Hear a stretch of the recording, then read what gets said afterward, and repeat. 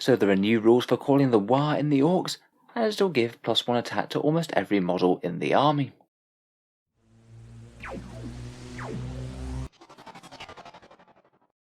Hello and welcome back to Auspex Tactics, where today we're taking a look at some fun new previews for calling the Waaagh in the new Orc Codex coming very soon. It's looking really quite thematic and quite powerful. In the previous Orc Codex, Waaagh is a special rule that the Orc War Boss has. You don't have to call it on any turn or anything, it's just an aura of advancing and charging. I remember when it was a rule in previous editions when you actually had to physically call it. I believe at one slightly silly point, Games Workshop actually wrote it into the rules that you had to yell Waaagh at your opponent across the gaming table. Certainly plenty of points for theme there, but also plenty of points for public embarrassment.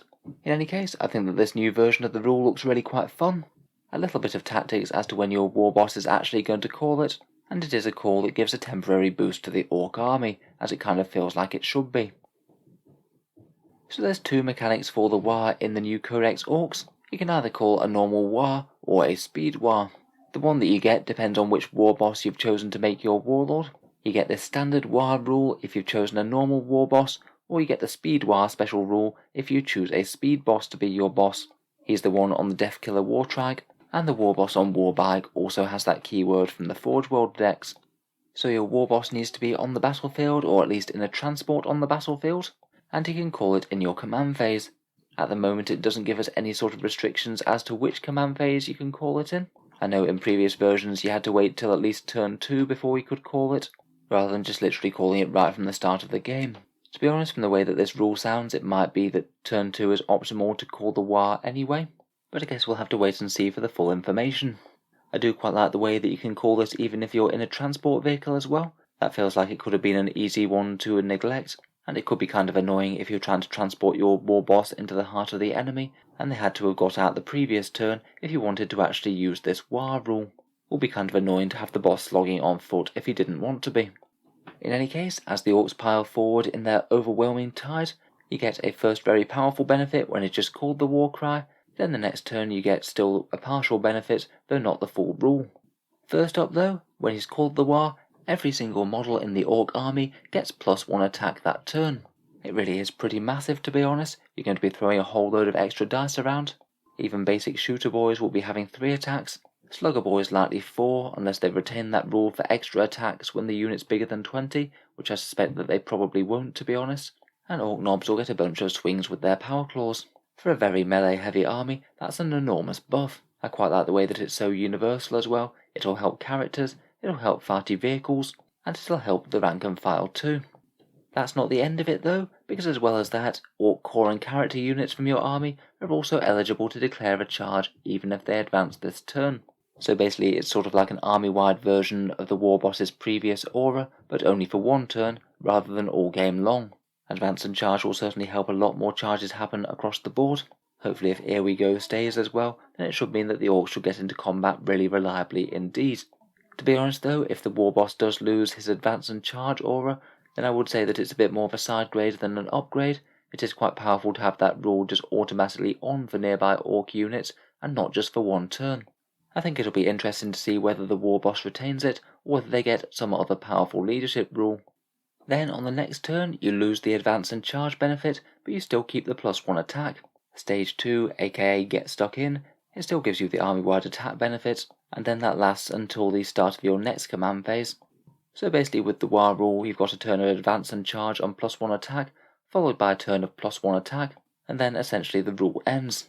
That's why I kind of feel like it might be optimal to call on turn 2. Turn 1 you're kind of unlikely to be making contact with much, unless the opponent's really barreled forwards.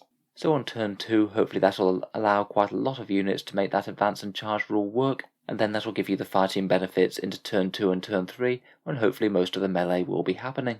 In any case, I think I really like this. It seems fun and fluffy, and a genuinely meaningful power increase to orc melee across the board.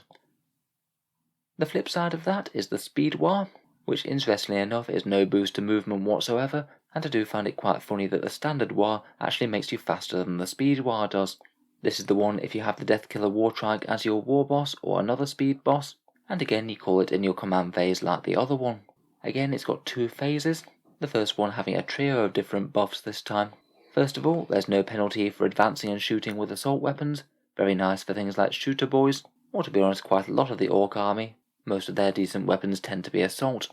Next, each time a vehicle and biker model get a shot with a Dakka weapon, they get one extra shot compared with what they'd normally get. It's the first time that we've heard of a class of weapons called Dakka weapons, but I'm going to guess it's fairly self-explanatory. The Warbikes and new Deffcopter's Dakka guns should get it, and I strongly suspect that that will apply to big shooters and super shooters on the Dakka jets. It'll be interesting to see the full list though, and exactly what gets on it. Finally, vehicles and bikers also have their ranged weapons AP increased by 1, so all of that Dakka firepower will be landing home far more forcefully. It's really going to make standard biker shooting a force to be reckoned with if all of them are piling out 4 shots at strength 5 AP -1 rather than just 3 at strength 5. And bear in mind though that even though this is called the Speedwaaagh, that does seem to apply equally to any Orc vehicles, whether it's things like Death Dreads or Stompers or even mech guns at the moment. So provided you've got a lot of shooting mounted on vehicle platforms, then you're likely in for a good time. Of course, all of those unique Orc buggies will certainly benefit from this. All the October buggies have some pretty fun firepower, and this looks like it'll turn them up to the next level for 2 turns. Speaking of which, much like the last one, Stage 2 you lose the advance and shoot, and you lose the +1 shot with Dakka weapons, but you still retain the extra AP -1. Still sounds like a very meaningful boost to their firepower. Finally, if you have Ghazghkull Thraka as the war boss, then you don't have to choose between the two of these. With his Great Waaagh, you can combine the effects of both of these and get a nice army-wide attack, advance and shoot, and all the extra AP on the vehicle weapons. It means that Ghazghkull's kind of an ideal choice for leading a mixed Orc army now, even if his playstyle kind of lends himself a bit more to charging across the board with a bunch of boys. Maybe just a bit of extra incentive to have a few firepower units in the mix if he's around. Overall though, I really quite like the new mechanic. It seems nicely thought out, that it feels like an actual war cry that boosts your army for a couple of turns, and that it's not just a one-size-fits-all one. It gives you 2 different ways to try and build an Orc army. I guess it might be an interesting decision for list building. Either just take all the units that you think are best and ignore the Waaagh mechanic a bit, or it sounds like you could build all out for it. Either focus your army on max melee units to max out that +1 attack, or cram as many shooty vehicles into the list as possible to max out those extra shots and extra AP. It does seem like a good incentive not just to make one Orc army list the default for building everything, which is good to have multiple viable builds in a codex. So let me know what you think of the rule down in the comments below. Are your Orcs looking forward to stomping their way across the galaxy? Or are you looking forward to being stomped by toughness 5 boys with +1 attack? If you've enjoyed the video, then feel free to subscribe to Auspex Tactics, where I'll certainly be covering the Orc Codex as soon as we have it. I'm really looking forward to looking over all these new units. Finally, if you'd like to help support the channel, I would like to just mention the channel Patreon page, which you can find down in the video description. Channel patrons do get a fair few advantages, such as seeing certain videos early, regular votes to see what sort of things come next for the channel, and automatic entry to the regular prize giveaways. Hopefully we'll have a couple of copies of the Beast Snagger box going for the prize giveaway next month. If any of that sounds good to you, or you'd just like to help keep these videos coming, then the link is down in the video description. In any case, a massive thank you for listening, and I'll hope to see you guys next time.